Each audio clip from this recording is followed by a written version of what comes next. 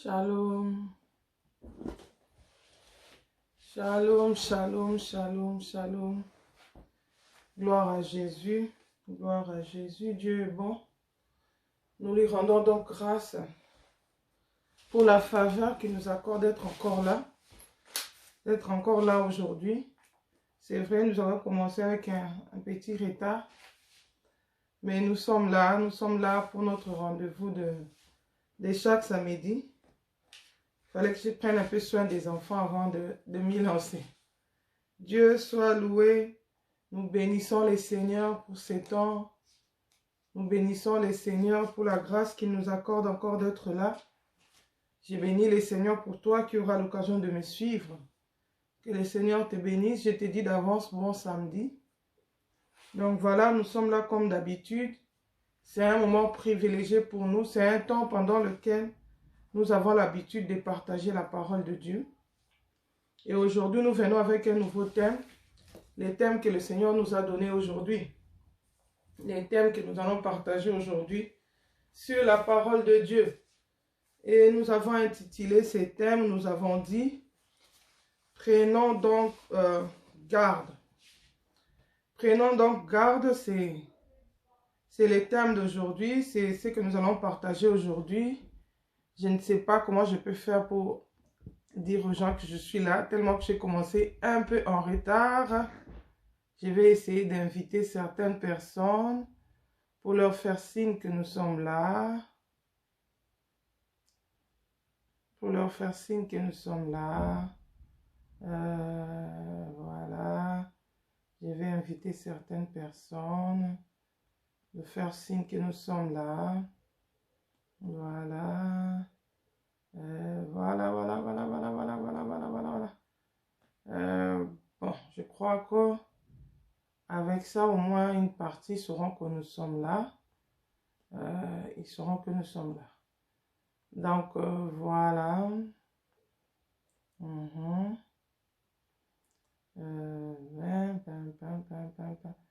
Parce que nous avons tellement commencé en retard. Nous craignons que les gens qui étaient connectés se disent, bon, aujourd'hui, il n'y en a pas, on laisse tomber, quoi. Pourtant, on est là par la grâce de Dieu, on est là. Dieu nous a accordé la grâce d'être là. Voilà, je crois qu'avec le peu que j'ai fait, voilà. Shalom, shalom. Je crois que c'est ma soeur Irène, si je ne vois pas bien, sainteté pour Dieu. Shalom. Donc voilà, nous sommes là comme nous avons l'habitude de le faire chaque samedi à 11h heure de Paris. Et nous allons partager aujourd'hui autour du thème « Prends garde ». Prenons donc garde. Prenons garde se trouve dans le livre de Luc. Dans le livre de Luc 8, versets 17 à 18. Luc 8, 17 à 18, la Bible nous dit ceci. La Bible nous dit ceci. Car il n'est rien de caché qui ne doivent être découverts, rien de secret qui ne doivent être connus et mis à jour. Prenez donc garde à la manière dont vous écoutez, car on donnera à celui qui a, mais à celui qui n'a pas, on ôtera même ce qu'il doit avoir. Ça, c'est Jésus qui s'entretenait avec ses disciples. Il leur parlait, je crois, de parabole de talent. Il leur parlait, il devait rendre compte tout ça, si je ne me trompe pas. Mais ce qui nous a le plus intéressé, il a dit que l'on puisse prendre garde.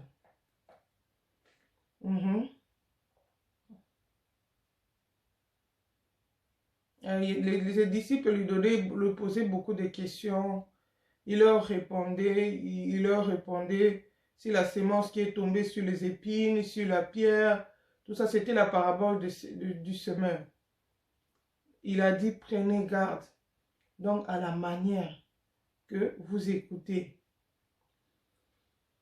Rien n'est caché. Alléluia. Pourquoi nous partageons ces thèmes aujourd'hui? Parce que nous vivons un temps, nous sommes toujours au temps de la fin, au temps qui précède l'enlèvement de l'Église, au temps de la fin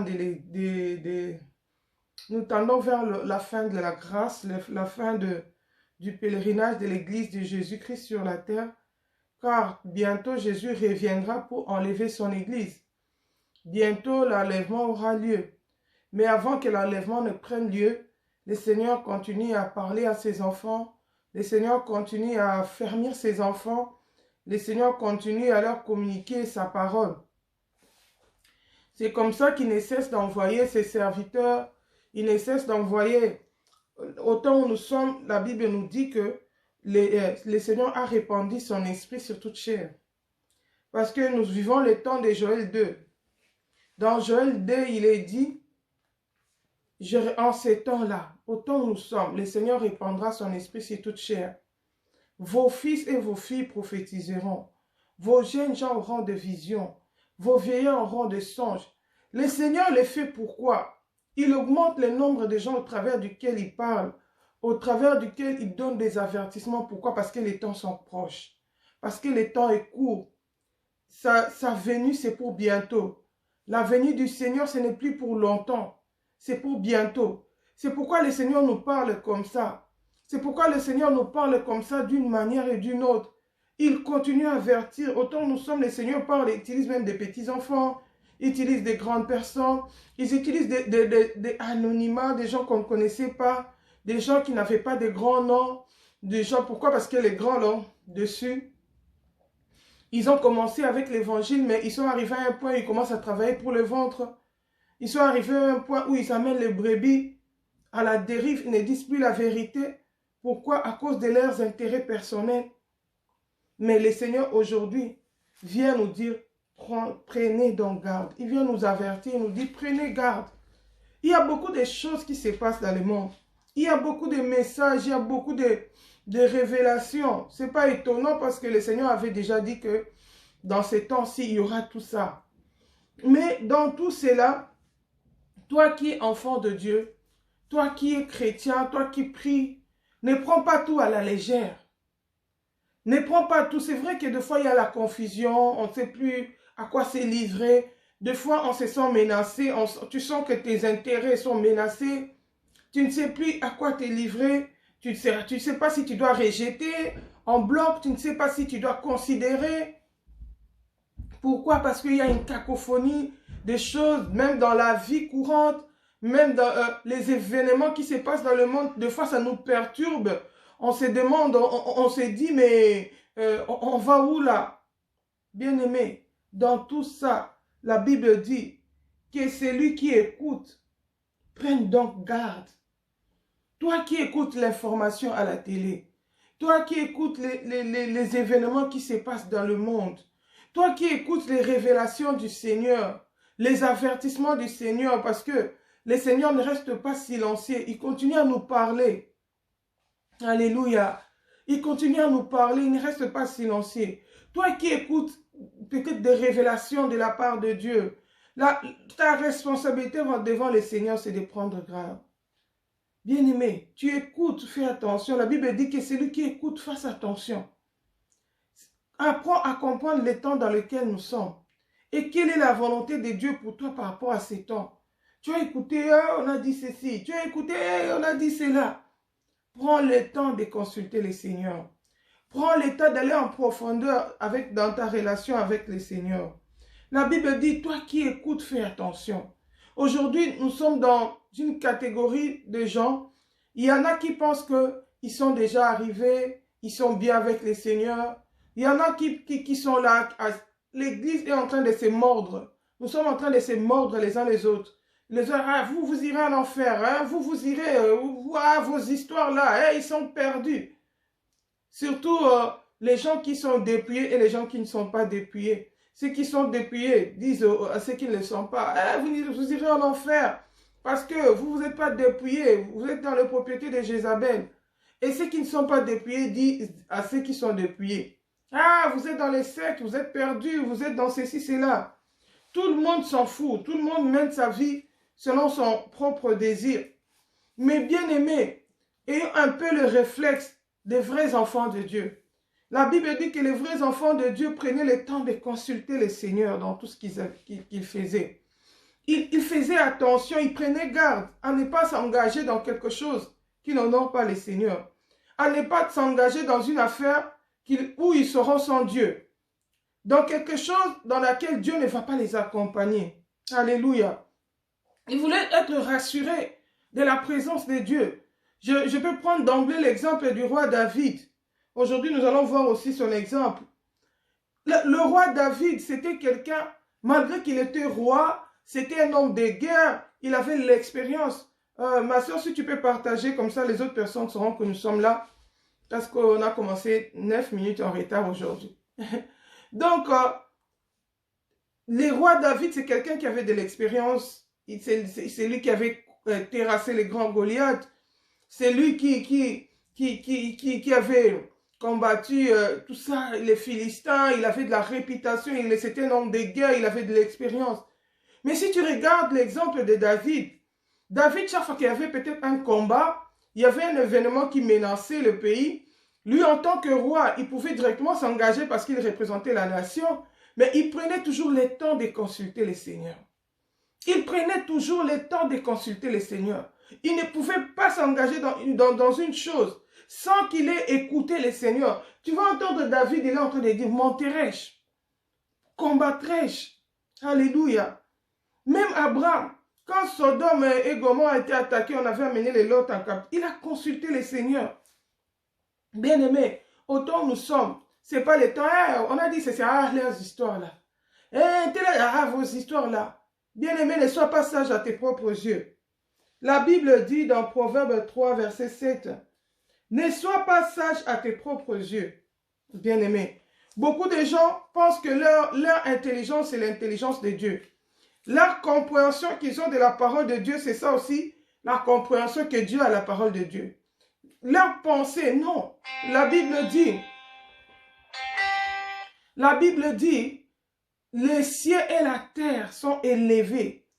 Autant le ciel est élevé de la terre, autant les pensées des hommes sont élevées, sont différentes des pensées de Dieu. Au moment où nous sommes, il y a beaucoup de révélations. Il y a beaucoup de messages ça et là. Mais toi, qu'enfant de Dieu, ne rejette pas tout en bloc. Écoute, la Bible dit, prends garde à la manière dont tu écoutes. Quand tu écoutes, va dans la prière.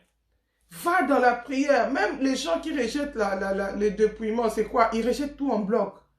Comment quelqu'un peut vivre ça de maquillage? Comment quelqu'un... Boum, ils rejettent. Prends le temps de consulter le Seigneur. Seigneur, c'est quoi cette histoire-là où toutes les femmes commencent à dire qu'il faut se dépouiller, que tu les as parlé? C'est quoi cette histoire? Quelqu'un qui aime vraiment le Seigneur, quelqu'un qui aime vraiment le ciel, qui veut vraiment aller au ciel, il ne va pas prendre à la légère sa relation avec Dieu. On ne va pas lui dire que si tu fais ça, tu vas aller en enfer. Il est à l'aise, il s'en fout. Il dit non, je ne vais pas aller en enfer. Est-ce que tu as pris le temps de consulter Dieu pour connaître la pensée de Dieu par rapport à ça? Peut-être qu'ils se sont trompés, mais écoute Dieu. Cherche à consulter le Seigneur. Pour être sûr que tu ne te trompes pas. Pour être sûr que tu n'es pas dans le mauvais chemin. La Bible dit, toi qui te crois debout, fais attention. Parce que tu penses que tu es debout, or que tu es tombé depuis longtemps. Tu crois que tu es prêt pour le ciel, or que tu es digne de l'enfer. Tu crois que le Seigneur est avec toi, or que le Seigneur t'a abandonné depuis longtemps. La Bible nous montre l'exemple d'Israël. Ils étaient le peuple de Dieu. Quand ils sont allés conquérir Canaan, ils étaient partis envoyés par Dieu. Dieu avait marché avec eux depuis l'Égypte. Ils sont sortis, Dieu a opéré une grande délivrance en Égypte. Il a opéré des signes, des miracles, des prodiges. Ils sont sortis de l'Égypte et ils ont marché avec Dieu dans le désert. Ils ont vu Dieu comme ça en œuvre. Ils étaient conscients qu'ils étaient avec Dieu. Et Dieu avait dit à Josué, prends courage, fortifie-toi. Je serai avec toi. Nul ne tiendra devant toi tant que tu vivras. Il avait reçu de l'assurance de la part de Dieu que personne ne va tenir devant lui. Qu'il est avec Dieu. Mais dans sa marche, il y a eu des interdits qui est entré. Mais Israël n'était pas au courant de ça. Alléluia. Il n'était pas au courant. Il n'avait pas su que Akan avait déjà pris l'interdit. Il avait volé des trucs dans Jéricho. Pourtant, le Seigneur avait dit qu'on devait livrer cette ville par interdit, que tout ce qui était dans la ville devait être brûlé au feu. On devait tuer tout le monde. Mais lui, à cause de la convoitise des yeux et de la chair, il est parti convoiter un manteau. Il est parti convoiter l'or. Il est parti convoiter des trucs là-bas. Il a appris, shalom maman des anges, sois béni. Alléluia. À cause de la convoitise, il a volé des choses à Jéricho. Et ça a amené l'interdit au milieu d'eux. Mais tous les peuples d'Israël n'étaient pas au courant. Pour eux, ils pensaient qu'ils étaient toujours avec Dieu. Ils pensaient qu'ils marchaient toujours avec Dieu. Mais ils se sont rendus compte quand ils sont allés combattre Haï, qui était une petite ville. Ils ont combattu de grandes nations. Ils ont été vainqueurs. Mais devant Haï, ils se sont retrouvés qu'ils ont été battus. Ils ont tourné leur dos à leurs adversaires. Cela a attiré leur attention. Il a dit, mais c'est pas possible. Comment se fait-il que nous, on est avec Dieu? Mais on part là-bas, on est battu par Haï. Non, on doit aller chercher le Seigneur. On doit aller consulter le Seigneur. Ça, c'est l'exemple des vrais chrétiens. C'est l'exemple d'un vrai chrétien qui a une relation personnelle avec Dieu. Si vraiment tu l'es chrétien, il a une relation personnelle avec Dieu. Il doit toujours checker sa vie. Il doit toujours regarder, est-ce que je suis toujours dans la bonne direction? Parce que d'autres personnes nous disent que le salut, on ne peut pas le perdre. Mais c'est faux. Alléluia, shalom, ma soeur Marie-Josée. C'est faux, le salut, on peut perdre aussi ça. Tu peux perdre ton salut par ta propre faute. La Bible dit, tu perdras l'héritage que l'Éternel, ton Dieu, t'avait donné par ta propre faute. Pourquoi? Parce que tu es allé dans la désobéissance.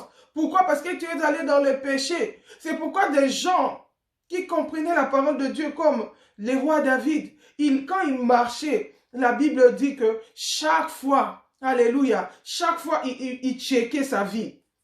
La Bible dit, si tu regardes dans Psaume 139, David dit, sonde-moi, éprouve-moi et connais mon cœur. Regarde si je suis dans le droit chemin.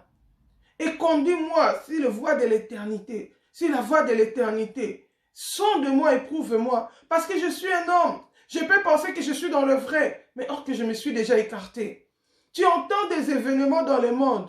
Tu entends des discours. Tu entends des gens qui disent, Dieu m'a révélé ceci. Et Dieu m'a dit ceci. Bien-aimé, ne sois pas insensible. La Bible dit, prends donc garde, toi qui écoutes. Quand tu écoutes, et les réflexes d'aller chercher la face de Dieu. Si réellement tu pries pour aller au ciel, si réellement tu as un Dieu, si tu n'as jamais donné ta vie à Jésus, je t'invite de le faire, de l'accepter comme ton Seigneur et Sauveur. Et il sera avec toi. Il a dit, voici, je me mets à la porte et je frappe. Si quelqu'un entend ma voix et ouvre la porte, j'entrerai chez lui, je souperai avec lui. Si tu acceptes Jésus comme ton Seigneur et Sauveur, il viendra habiter dans ta vie. Il fera la marche avec toi. Tu ne seras plus seul sur la terre des hommes. Il a dit, voici, je serai avec vous jusqu'à la fin des temps. Je ne vous abandonnerai pas, je ne vous délaisserai pas. C'est pourquoi les vrais chrétiens, ce sont des gens qui marchent avec les seigneurs. Et les seigneurs, dans leur marche, les seigneurs leur parlent. Les seigneurs leurs entretiens, leur donnent des directives. Les seigneurs leur montrent la marche à suivre. Quand il y a des événements douloureux, les seigneurs les consolent. Quand il y a des combats, les seigneurs combattent pour eux. Les seigneurs les défendent parce qu'ils ne sont pas seuls, ils sont avec Dieu. La Bible dit, avec Dieu, nous ferons des exploits. C'est une expérience merveilleuse qui est d'avoir Dieu à son côté. Mais aujourd'hui, nous sommes en train de dire que dans notre marche, il peut arriver des choses qui peuvent abîmer notre relation avec Dieu. Dans notre marche, nous pouvons entendre des choses, mais ne soyons pas sourds, ne faisons pas la sourde oreille.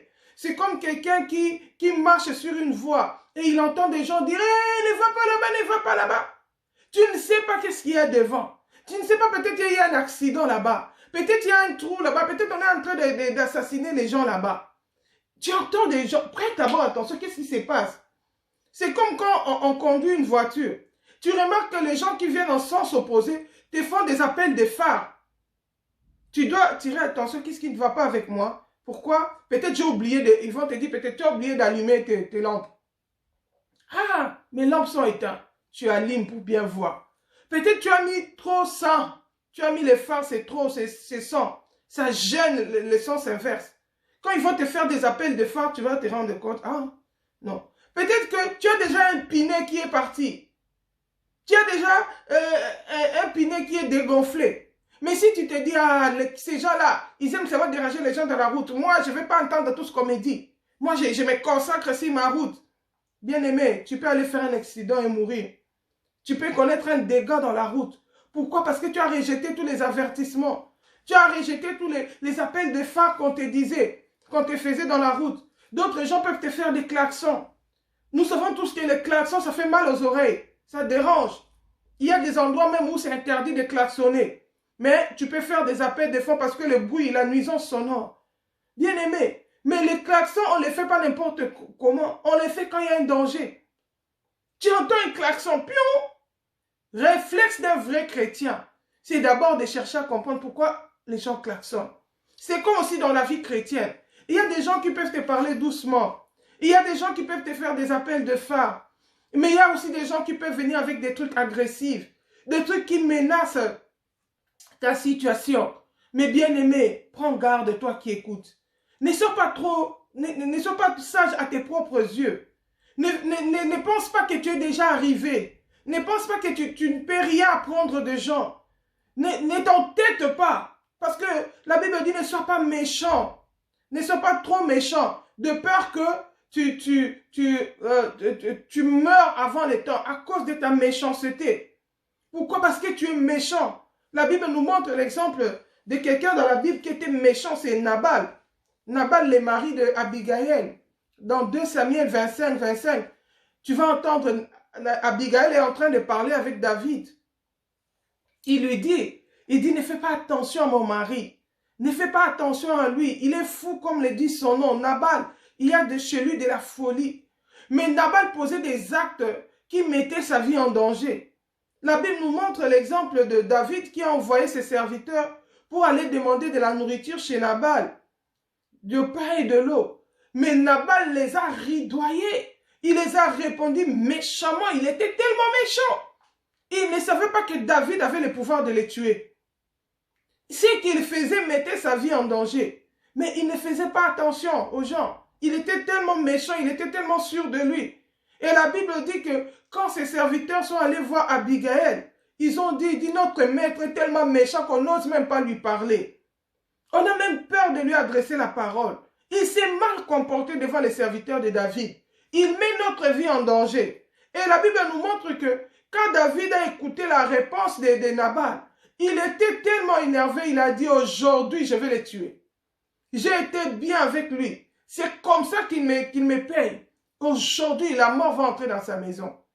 Mais heureusement qu'il y avait Abigaïl. Il y avait une femme qui était là, une femme sage, une femme révélée. Quand elle a écouté ce que disaient ses serviteurs, elle s'est précipitée pour chercher la paix. Elle s'est précipitée pour épargner sa maison. Mais comme Nabal était méchant, il ne faisait pas attention. Il ne prenait pas garde à ce qu'il écoutait. Le Seigneur l'a tué. Nabal est mort, mais Dieu a épargné Abigaïl, qui après était devenue la femme du roi. Oh bien-aimé, aujourd'hui le Seigneur nous dit prenons garde. Prenons garde. Prends garde. Toi qui penses que je suis dans le bon. Tu penses que tu es déjà arrivé. Parce que peut-être tu t'es dépouillé. Bien-aimé, la Bible dit, ça la sanctification, nul ne verra Dieu. Mais ce n'est pas seulement la sanctification de l'extérieur. De l'intérieur et de l'extérieur. Tu peux changer ton extérieur. Mais si ton intérieur est toujours rempli de rapines, d'amertume, de mauvais comportements, de mauvais caractères, tu as toujours l'orgueil, tu as toujours les mensonges, tu as toujours la haute opinion, tu n'as pas la compassion des âmes. Toi, tu penses que c'est toi. Tu es agressif, tu blesses les autres. Bien-aimé, tu ne vas pas hériter le royaume des cieux pour autant. Parce que tu as enlevé les vêtements. Là il y aura un verset qui va s'appliquer sur toi. Qui va dire, déchirez vos cœurs et non vos vêtements. Pourquoi? Parce que ton cœur est souillé. Tu ne verras pas le Seigneur. Mais celui qui craint Dieu, qui aime le Seigneur d'un cœur sincère, mais qui n'est pas encore dépouillé, le Seigneur va lui dire, ôte les vêtements étrangers. Donc la parole de Dieu, c'est une totalité. Oh bien-aimé, c'est une totalité. Et dans la marche dans laquelle nous sommes, il y a des événements, surtout en ces temps ici, les histoires des coronavirus, les vaccins, la vie se complique. Prends le temps d'écouter Dieu. Consulte le Seigneur. Ne prends pas des décisions à la légère. Ne rejette pas tout en bloc. Prends le temps. Prends garde à toi. Prends garde à ta marche. Quelle est la volonté de Dieu pour toi? Un vrai enfant de Dieu ne s'appartient pas lui-même.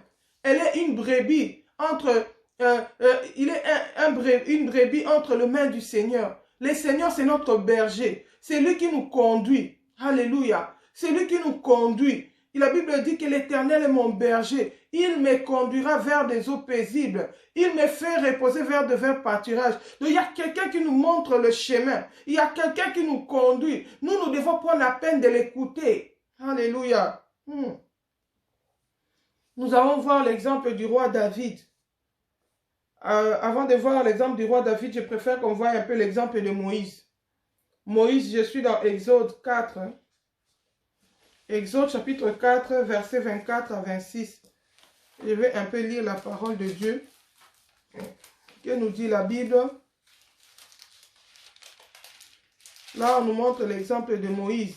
Moïse qui avait été choisi par Dieu.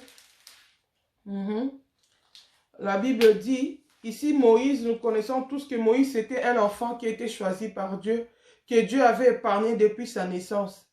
Parce que c'était une période dans laquelle on tuait les premiers, les garçons des Hébreux. Parce qu'ils avaient appris, comment dire, ils avaient remarqué que les Hébreux se multipliaient en Égypte et tout ça. Nous connaissons tous l'histoire dans quelles circonstances Moïse est né, comment il a été épargné, comment il a grandi dans la maison des pharaons, comment après Dieu l'a rencontré. Quand il a tué l'Égyptien, il s'est enfui. Et shalom ma soeur Delphine.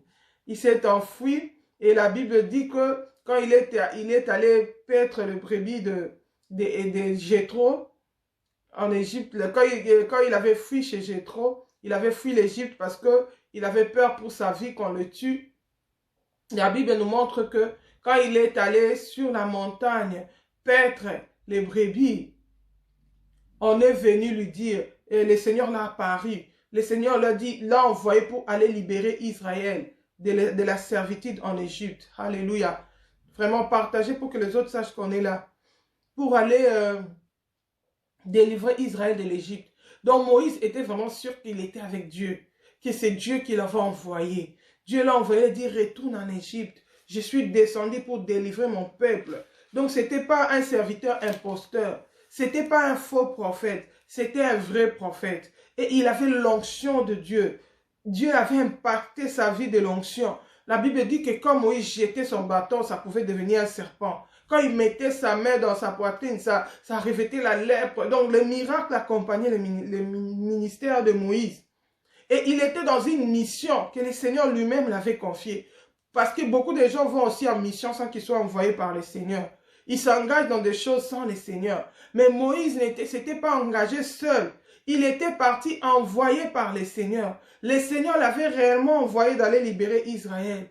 Après avoir résisté, c'était le temps de Dieu. Parce que d'autres personnes aussi, le Seigneur les envoie, mais ce n'est pas encore le temps. Alléluia. Il a peut-être reçu l'appel de Dieu l'a parlé, mais ce n'était pas encore le temps pour lui d'aller. Il est parti avant la maturité. Il est parti avant le temps de Dieu. Et un serviteur comme ça sera un serviteur déséquilibré. Il y aura beaucoup de déséquilibre dans son ministère. Il aura beaucoup de déséquilibre dans sa marche.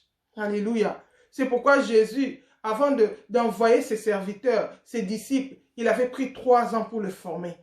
Il les formait, il leur montrait, il leur donnait la parole. Il les faisait. Ils ont fait aussi les stages. Hein. Il y a un moment où il les a envoyés 2 à 2, aller un peu en mission. Ils sont partis là-bas, ils ont découvert qu'ils pouvaient faire des miracles. La Bible dit, quand ils sont revenus, ils étaient dans la joie. Ah, même les démons nous sont soumis. Oh maître, ils étaient dans la joie parce qu'ils avaient fait des exploits avec le Seigneur. Alléluia. Le Seigneur les a dit, dans la mission là, c'est pas seulement ça. Oh. Ne vous réjouissez pas de ce que les démons, les tout vous sont soumises. Mais réjouissez-vous de ce que votre nom est écrit dans le livre de vie. Donc, dans la mission avec Dieu, la plus importante, c'est que les noms soient conservés dans le livre de vie. Parce que la Bible nous dit, quand Israël avait péché, Moïse avait dit, non Seigneur, ne tue pas ce peuple, sinon efface mon nom du livre de vie. Le Seigneur lui a dit, j'effacerai de mon livre les noms de la personne qui aura péché. Donc, on peut commencer avec le Seigneur. le jour où on accepte le Seigneur comme son Seigneur et Sauveur, la Bible dit que notre nom est écrit dans le livre de vie. Mais il faut travailler de manière à ce que ces noms-là soient maintenus dans le livre de vie. Pour que si Jésus-Christ revient, il te trouve dans cette situation-là, tu hérites le royaume de Dieu. Mais si tu vas dans le péché, on effacera ton nom du livre de vie.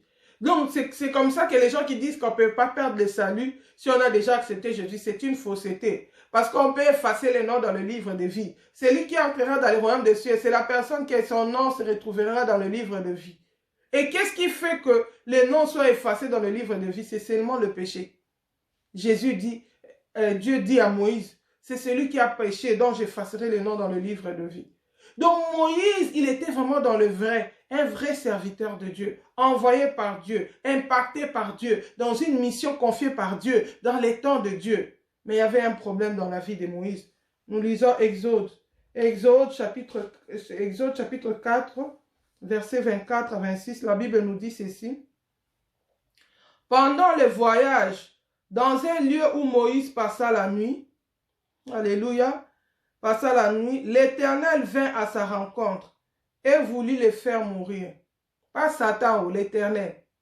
L'Éternel vient à sa rencontre et voulut le faire mourir.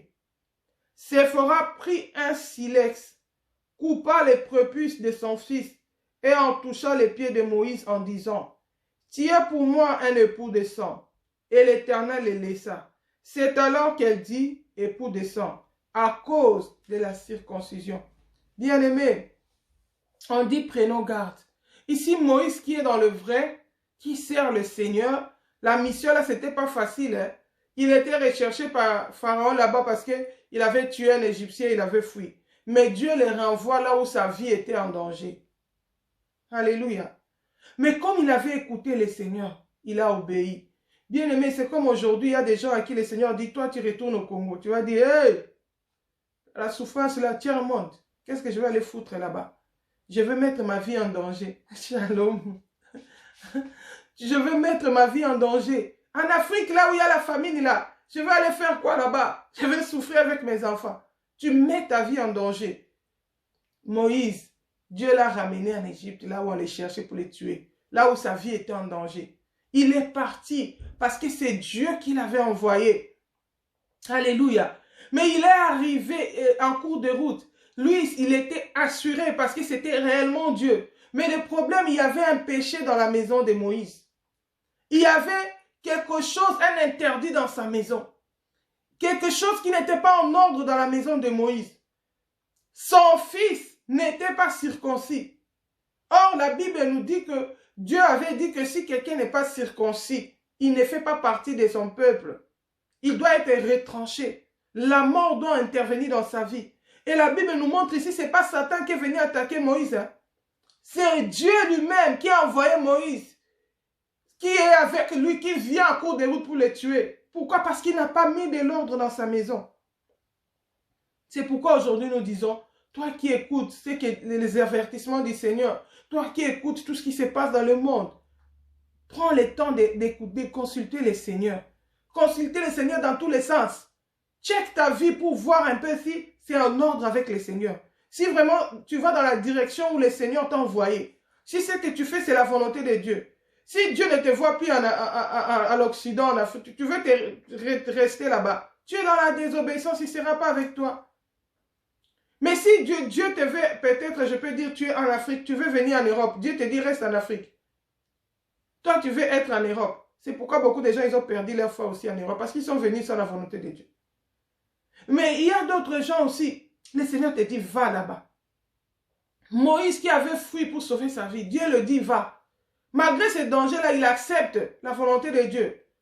Et il va pas seul, hein, avec sa femme et son enfant. Mais en cours de route, le Seigneur vient encore pour le tuer. Pourquoi? Parce qu'il y avait l'interdit, son enfant n'était pas circoncis. Lui, Moïse, il était circoncis. Parce que les Juifs étaient circoncis le 8e jour. Chaque enfant, on les circoncis, chaque mâle. Mais lui, il avait un bébé garçon qui n'avait pas circoncis. Bien aimé, c'est pour te dire que Dieu ne fait exception de personne.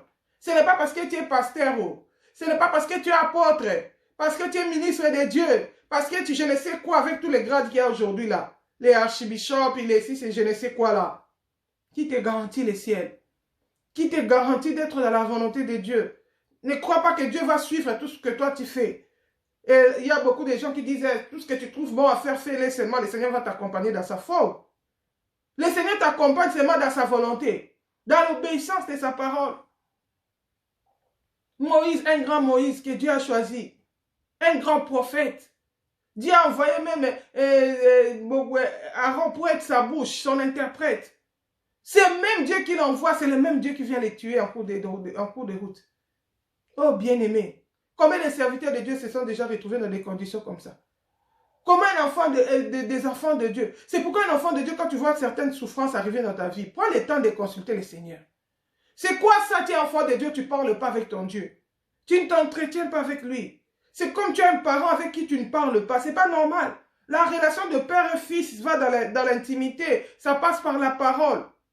Alléluia. Ça passe par la parole. Tu entends des trucs, des événements, des gens qui disent des choses. Seigneur, il y a quoi de vrai dans tout ce que j'entends là? Alléluia. Si tu regardes ici, c'est Séphora, une autre personne. C'est grand Moïse qui est un grand prophète. Si tu regardes dans la Bible, Dieu est en train de vanter Moïse. Il dit c'est un grand prophète. Ça, c'est pas un homme qui dit c'est Dieu. Il dit les autres prophètes, je leur parle par des songes, par des visions. Mais Moïse, il voit une représentation de Dieu. Dieu lui parlait comme il parle à un homme comme ça. Mais pour son péché, c'est sa femme qui a eu la révélation. La femme de Séphora n'était pas prophétesse. Elle était seulement la femme de Moïse. C'est pour te dire que Dieu parle à tout le monde, à tous ses enfants. Il ne fait pas exception de personne. Séphora, la femme de Moïse. Séphora comprend que non, il y a un enfant qui n'est pas circoncis dans cette maison. C'est pourquoi la colère de Dieu descend sur nous. Nous devons mettre cela en ordre. La Bible dit, Séphora a circoncis vite fait l'enfant. Elle a jeté la prépuce chez Moïse. Dieu n'a pas épargné pour dire non, c'est Moïse. C'est quand même Moïse. Dieu va voir toutes les bonnes œuvres. Comme beaucoup de gens aujourd'hui, des soi-disant serviteurs de Dieu qui ne craignent pas Dieu, qui marchent dans le péché. Ils pensent parce qu'ils sont serviteurs de Dieu, qu'ils sont déjà dans les ciels. Ils pensent parce qu'ils sont hommes de Dieu, qu'ils sont déjà arrivés. Ils se permettent les péchés. Eh, bien-aimé, crains. La Bible dit, crains l'Éternel. Ne sois pas sage à tes propres yeux, mais crains l'Éternel. Le Seigneur, nous devons le servir avec crainte et tremblement. Alléluia. Moïse croyait qu'il était bien, or qu'il avait déjà un problème.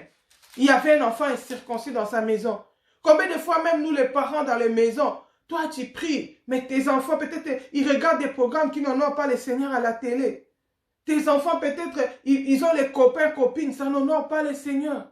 Peut-être, ils s'habillent mal, ça n'honore pas le Seigneur, ils exposent leur nudité. Mais toi, peut-être, parent, tu pries. Ici, c'est pas Moïse qui priait pas, hein? C'est pas Moïse qui n'était pas circoncis, mais c'était son enfant. Comme le Seigneur sait que c'est la responsabilité des parents de circoncire l'enfant, le Seigneur a frappé Moïse.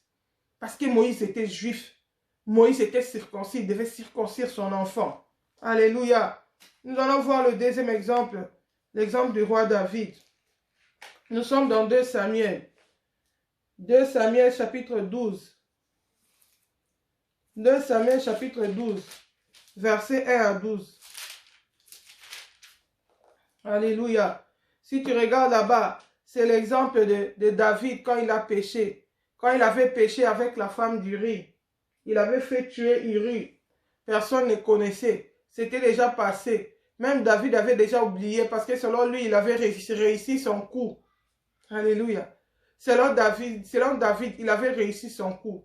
Pourquoi? Parce qu'il avait essayé d'effacer les traces. Alléluia. David avait essayé d'effacer les traces. David craignait Dieu. Mais il est arrivé qu'il est tombé dans le péché, dans la convoitise, avec la femme d'autrui, la femme d'Iri. Il est tombé une fois avec la femme d'Iri.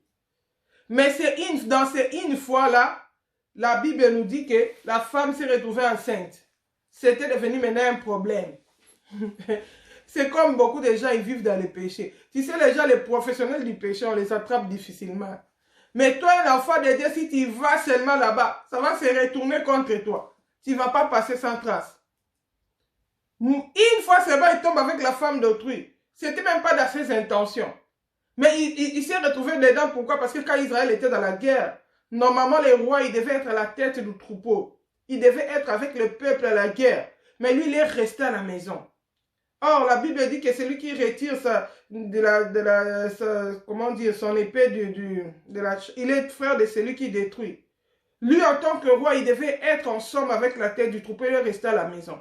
En restant à la maison dans l'activité, dans la négligence là, il s'est retrouvé entré sur la toiture de sa maison. C'est comme ça qu'il est allé tomber sur la femme d'autrui qui s'est lavée. Je crois que la maison de David s'était élevée. Il était dans la toiture de son immeuble. Il a regardé en bas, il a vu la femme d'autrui qui s'est lavée. Il est tombé dans la convoitise. C'est aussi ce qui se passe avec beaucoup de bergers, beaucoup de pasteurs. Depuis qu'il est devenu pasteur, lui, il ne va plus sur les terrains évangélisés. Il a déjà l'église, 4 bâtiments. C'est les fidèles qui doivent aller évangéliser. Et c'est quand il reste là qu'il tombe facilement dans le péché. La Bible dit, quand il est tombé dans le péché avec la femme d'autrui, la femme s'est retrouvée enceinte. Maintenant, il fallait effacer des traces pour que ça ne fasse pas les scandales. Des fois, les gens ont plus peur du scandale que du péché. On dirait que le péché devient un péché à cause du scandale. C'est comme beaucoup de filles, tu vas voir d'autres filles marchent dans la fornication. Ils vont avec des hommes. Mais tant qu'elle n'est pas encore enceinte, on n'a pas encore engrossé, ça passe comme normal. Mais peut-être la personne qui se retrouve grosse là, c'est seulement une fois, directement grosse. C'est comme Betsabé. C'était pas une femme adultère. Elle était fidèle à son mari, elle est restée dans sa maison. Son mari était parti à la guerre. Mais le roi a utilisé l'abus du pouvoir. Il a utilisé son autorité pour faire tomber la femme d'autrui dans l'adultère. Et la femme s'est retrouvée enceinte. David commençait à chercher à effacer les traces. Jusqu'au point où il devait faire revenir Iri. Pour que Iri couche avec sa femme. Pour qu'on ne sache pas, on efface l'affaire. Mais ça n'a pas marché. Parce que Iri connaît Dieu. Il savait que quand Israël est dans la guerre, lui, il ne peut pas aller se coucher avec sa femme. Il ne peut pas. Il est resté dehors. Il n'a pas couché avec la femme. Donc David n'avait plus de choix. Il a dit avant que le scandale éclate ici, allez les tuer. Exposez-lui. Alléluia. Exposez-lui pour qu'on le tue avant que le scandale n'éclate. Oh bien-aimé. Mais Dieu comme il est fidèle. Dieu comme il est fidèle. La Bible nous montre que comme il est juste, c'est un jour après que David y réussit son coup et Iri est mort. Quand Iri est mort, il a vite fait venir Betsabé qui devienne sa femme pour effacer vraiment l'affaire. Tout le monde pensait que Betsabé était enceinte de David. Personne n'était au courant qu'elle était au début de sa grossesse. Ça passait pour inaperçu. Le scénario était bien monté. Il dit ouf, tiré d'affaire. Plus de peur que mal. Iri est mort, Abigail est devenue Betsabé est devenue ma femme. Donc, ok, mission réussie. Quand lui il pensait que c'était fini, qu'il n'y avait plus de traces, que sa royauté n'était pas menacée, c'est là même que Dieu envoie maintenant le prophète Nathan. Alléluia. La Bible dit, je lis dans 2 Samuel chapitre 12. L'Éternel envoya Nathan vers David. Nathan vint à lui et lui dit, il y avait dans une même ville 2 hommes, l'un riche et l'autre pauvre. Les riches avaient du petit et du gros bétail, en très grande quantité. Le pauvre n'avait rien du tout, sinon qu'une petite brebis qu'il avait achetée. Il la nourrissait et elle grandissait chez lui avec ses fils. Grandissait chez lui avec ses fils et elle mangeait de son pain, buvait dans sa coupe, dormait sur son sein. Elle était pour lui comme une fille. Un voyageur arriva chez l'homme riche et le riche mangea son petit ou son gros bétail pour préparer un repas au voyageur arrivé chez lui. Il prit la brebis du pauvre et la prêta pour l'homme arrivé chez lui. La colère de David s'enflamma violemment contre cet homme et il dit à Nathan, l'Éternel est vivant, l'homme qui a fait cela mérite la mort. Et il rendra au quadruple la brebis pour avoir commis cette action et pour avoir agi sans ménagement. Bien-aimé, quand David parlait ici, il ne savait pas qu'il s'agissait de lui. Pour lui, il était dans les bords. Pour lui, il ne savait pas qu'il prononçait son propre jugement. Alléluia. C'est comme aujourd'hui. On entend beaucoup de choses. Il y a beaucoup des événements, même des informations dans l'église, même des informations dans les corps du Christ, même des informations à la télé. On entend de tout, dans tous les sens, de lois qui bondissent. Tu ne sais pas on va aller où avec ces lois. Bien-aimé, prends le temps de consulter le Seigneur. Sois fidèle à Jésus jusqu'à la fin. N'abandonne pas le Seigneur parce que les temps sont difficiles. Ne prends pas aussi des résolutions sans consulter le Seigneur. Ne rejette pas aussi en bloc. Parce que toi, tu peux penser que tu es bien, que ça ne te concerne pas. Mais or que ça te concerne. David pensait qu'il était bien, hein, qu'il n'avait pas de problème, qu'il était en train de rendre les jugements pour les autres. Alléluia. C'est comme ici, nous qui sommes à l'Occident ici, avant, les gens qui étaient à l'Afrique, ils étaient dans la misère, dans la souffrance. Et les gens qui étaient à l'Occident avaient bonne vie. On les appelait les tiers-mondes. Mais maintenant, avec le coronavirus, c'est l'Occident qui a plus de problèmes que l'Afrique. Tout le monde est concerné maintenant. C'est maintenant l'Occident qui a plus de problèmes. Les gens de l'Afrique vivent encore mieux maintenant. Bien-aimés, c'est pour nous dire que ne pense pas que ça ne te concerne pas. Prends le temps de chercher la face de Dieu. Prends le temps d'arranger ta relation avec Dieu. Ici, David, lui, il pensait qu'il donnait le jugement de quelqu'un d'autre. Or que c'était son propre jugement qu'il prononçait. On lui a dit, ce meurtrier-là, c'est toi. Il s'est rendu compte de son état. Tellement il était humble, il dit, oh, j'ai péché. J'ai péché contre l'Éternel. Il a compris qu'il s'agissait de la femme d'autrui. On lui a dit, toi tu as pris la femme d'Uri, tu l'as tuée. Il avait caché l'histoire, il avait même commencé à oublier déjà. Le Seigneur qui est le témoin fidèle, quand les hommes ne voyaient pas, lui il voyait. Il a dit, c'est toi. Bien-aimé, le Seigneur est le témoin fidèle. La Bible dit que Dieu voit tout. Comment tu te conduis, comment tu parles, comment tu t'habilles, qu'est-ce que tu fais, comment tu réponds aux hommes de Dieu, comment tu réagis, Dieu voit tout. Fais attention, prends garde. De peur que tu es dans le péché, tu es parmi les gens, quand on entend des messages ici que Dieu va frapper, la colère de Dieu va descendre sur la terre à cause de la méchanceté des hommes. Ah, ces gens-là qui ne prient pas, hein, c'est leur problème. Peut-être que parmi ces méchants-là, Dieu te compte aussi parmi ces méchants. Mais toi, tu penses que tu es déjà saint. Toi, tu penses que tu es déjà arrivé. Bien-aimé, nous vivons les derniers temps. C'est un temps où chacun doit checker sa vie. C'est un temps où chacun doit arranger sa relation avec Dieu. C'est un temps où chacun doit écouter le Seigneur. Doit conduire sa vie selon les directives du Seigneur. Qu'est-ce t'a dit le Seigneur pour toi? Quelle est la pensée de Dieu pour toi dans ces temps? Est-ce que tu as pris le temps de consulter le Seigneur? Est-ce que tu as pris le temps de chercher à connaître quelle est la volonté de Dieu pour toi? Ne sois pas sage à tes propres yeux. Ne rejette pas tout en bloc. Ah, vos histoires-là. Oh, bien-aimé, écoute le Seigneur. La Bible nous montre ici l'exemple d'Esther.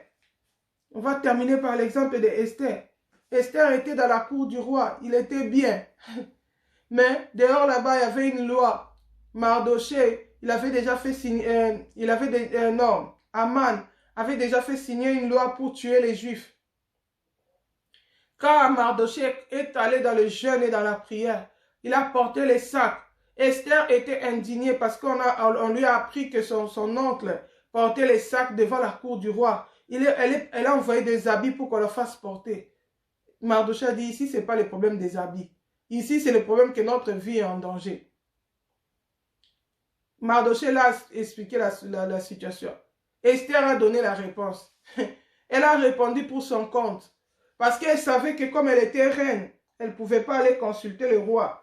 Il y avait une loi qui mettait sa vie en danger. Qui mettait sa royauté en danger. Sa vie, sa situation de reine. C'est comme ça qu'il y a aussi des gens qui sentent qu'ils sont menacés. Qui sentent que, oh, on est en train de bouger mon confort social. Si je ne prends pas ces vaccins-là, qu'est-ce que je vais devenir? Je vais perdre mon travail. Je vais perdre ceci, cela. Moi, je vais prendre. Bien aimé, si c'est la marque de la bête, quand tu prends ça, il n'y a plus de pardon pour le péché. Quand tu prends ça, tu vends ton âme pour l'enfer. Bien aimé, faisons très attention.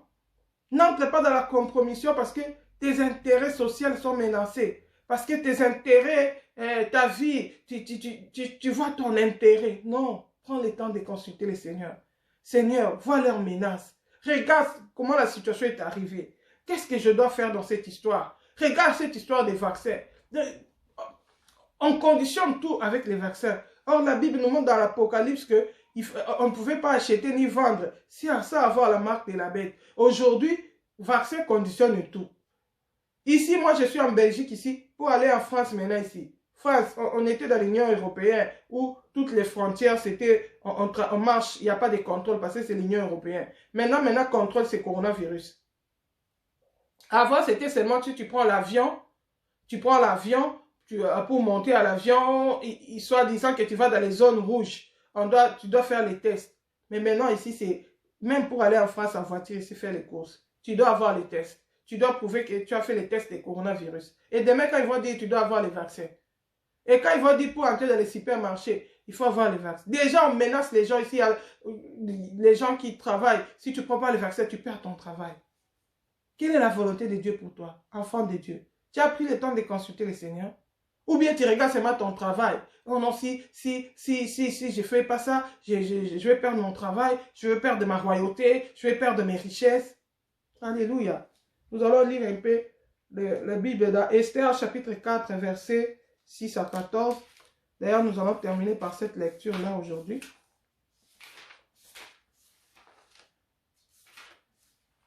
Je crois que Esther.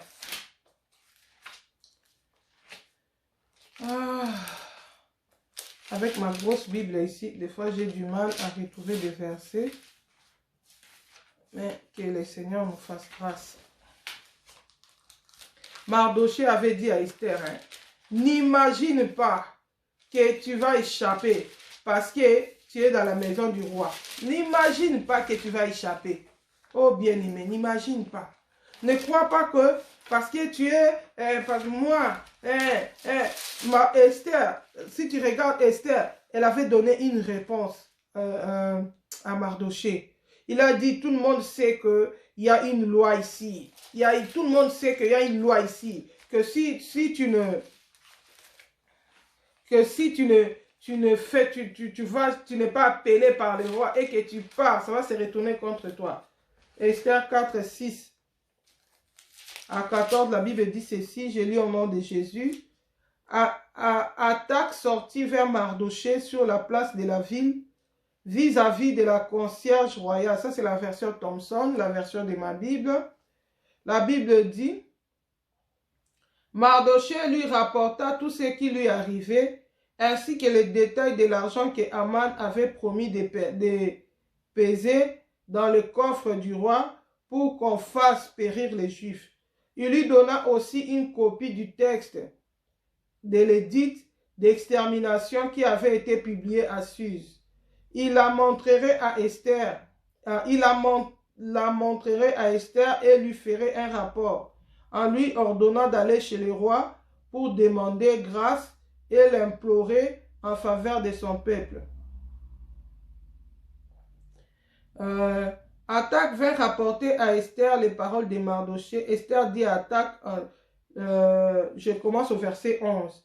La Bible dit, tous les serviteurs du roi ainsi que le peuple de toutes les provinces royales savent que quiconque, homme ou femme, se présente au roi dans la cour intérieure sans avoir été convoqué est mis à mort en vertu d'une loi, la même pour tous. Seul peut rester en vie celui à qui le roi tend son sceptre d'or. Or, moi, voilà 30 jours que je n'ai plus été invité à venir chez le roi. En rapportant les paroles d'Esther à Mardoché, verset 13, Mardoché fit répondre à Esther, ne t'imagine pas, Majesté, que tu échapperas. Alléluia. Il y a les Wi-Fi dans Facebook qui bug un peu. Dieu va nous faire grâce.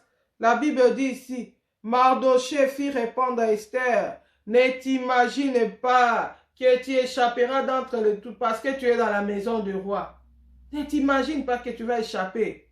Alléluia, gloire à Dieu. On était un peu interrompu avec les réseaux. La Bible dit ici, Mardoché lui dit, ne t'imagine pas que tu échapperas seul d'entre tous les Juifs. parce que tu es dans la maison du roi. Car si tu continues, ça c'est une autre version, la Bible dit, car si tu continues à te faire en cette occasion le soulagement et si tu continues à te taire en cette occasion, le soulagement et la libération des Juifs surgiront d'un autre côté, alors que toi et la maison de ton père, vous périrez. D'ailleurs, qui sait si ce n'est pas pour une occasion comme celle-ci que tu es parvenu à la royauté. Bien-aimé, tu continues à te taire parce que tu dis, moi je suis bien, moi je suis, c'est leur problème, moi je vais rester ici, moi je vais faire cela. Qui sait si c'est pour des occasions pareilles? Dieu est souverain. Dans la Bible, on a vu l'exemple de Jésus. Il y a un moment où Hérode a voulu le tuer. Mais son père Joseph a consulté le Seigneur. Le Seigneur lui a dit, prends l'enfant, fuis en Égypte. Ils sont partis en Égypte pour un temps. Ils sont restés. Après, quand Hérode est mort, il a dit à Joseph, retourne, car ceux qui voulaient te tuer tuer l'enfant sont déjà morts. Qui sait si c'est le moment de retour? C'est Dieu qui sait. Alors prends le temps de consulter le Seigneur. Ne dis pas non, mais hey, je vais perdre mes richesses, je vais perdre ma position, je vais rester ceci. Moi, vos histoires là, écoute le Seigneur. Dirais sur la terre, nous sommes pèlerins. Nous sommes passagers sur la terre. Notre cité permanente, c'est le ciel. C'est Dieu qui peut te dire, va à gauche, va à droite. C'est Dieu qui peut te guider. Ne rejette pas tout en bloc. Ne pense pas que tu vas échapper. Nous sommes au temps de la fête, c'est pour tout le monde. Quand on a virus a frappé, c'était pour tout le monde. Quand on vote les lois, c'était pour tout le monde. Alors, en tant qu'enfant de Dieu, quand il y a la persécution qui arrive dans l'église, la persécution de la foi, où la foi des enfants de Dieu sont menacées, c'est pour tout le monde. Prends le temps de consulter le Seigneur. Aujourd'hui, le Seigneur nous dit, prends garde à toi. Bien-aimés, prenons garde. Ne soyons pas dans la distraction, les temps sont mauvais. C'est le temps de consulter le Seigneur. C'est le temps de vaquer encore dans la prière. Jésus avait dit, veillez à prier de peur de tomber en tentation. Ne pense pas que ton royaume va rester comme d'habitude. Parce qu'il y a déjà une loi qui menace. Il y a déjà une loi qui produit la mort. Et la loi, c'est pour tout le monde. C'est pour tous les Juifs. La loi, c'est pour tous les chrétiens. La persécution qui arrive, c'est pour tous les chrétiens. N'imagine pas que tu vas échapper. Parce que tu es en Europe, parce que tu es ceci. Prends le temps de consulter le Seigneur. D'ailleurs, c'est dans des situations comme ça qu'on connaîtra les vrais chrétiens. On connaîtra les vrais enfants de Dieu. Ceux qui ne vont pas donner d'excuses. Ah, j'ai péché parce que je n'avais pas le choix. Dieu lui-même comprendra. Bien aimé, nous devons lutter jusqu'au sang. Nous devons être fidèles. Les vrais chrétiens de l'église primitive, quand tu regardes les actes des apôtres, ils sont passés par des persécutions, ils sont passés par des tribulations, mais ils prenaient le temps d'écouter Dieu, ils prenaient le temps de se laisser diriger par les bons bergers, ils checker leur vie, leur relation avec Dieu. David dit, oh, sonde de moi, éprouve-moi, regarde si je suis dans le bon chemin, si je suis dans le droit chemin, si j'ai accompli toujours ta volonté. Seigneur, que faut-il que je fasse par rapport à la crise qu'il y a dans le monde? Que faut-il que je passe par rapport aux lois qui sont votées? Tu ne peux pas rester insensible. Tu dois écouter le Seigneur. Tu dois comprendre ce que tu dois faire. Quelle direction tu dois prendre? Oh, que le Seigneur bénisse sa parole. Que cette parole nous rapproche encore du Maître. Que cette parole nous rapproche encore de Dieu. Que cette parole ranime la flamme de la prière. Que cette parole ranime l'intimité, ton intimité avec Dieu. Alléluia. Aujourd'hui, le Seigneur nous dit, prenons donc garde, nous qui écoutons. Bien-aimé, prends garde. Prends garde. Toi qui écoutes, que te dit le Seigneur? Quelle est la volonté de Dieu pour toi? Oui, les temps sont mauvais. C'est peut-être le temps de racheter le temps d'évangéliser. Mais peut-être toi, c'est le temps où tu restes confortable dans ta maison. Mais si tu ne prends pas le temps de consulter le Seigneur, tu ne prends pas le temps de chercher la face de Dieu, tu ne sauras pas que la volonté de Dieu pour toi, c'est d'évangéliser maintenant. Toi, tu vas penser que, oui, bon, je vais rester dans ma maison. Que le Seigneur nous aide. Que le Seigneur nous fasse grâce. Que le Seigneur nous garde fidèles à lui. Et que le jour que Jésus-Christ viendra, que nous puissions chanter Alléluia au ciel. Voilà, nous allons nous arrêter aujourd'hui là. Que le Seigneur vous bénisse. Prenez bien soin de vous.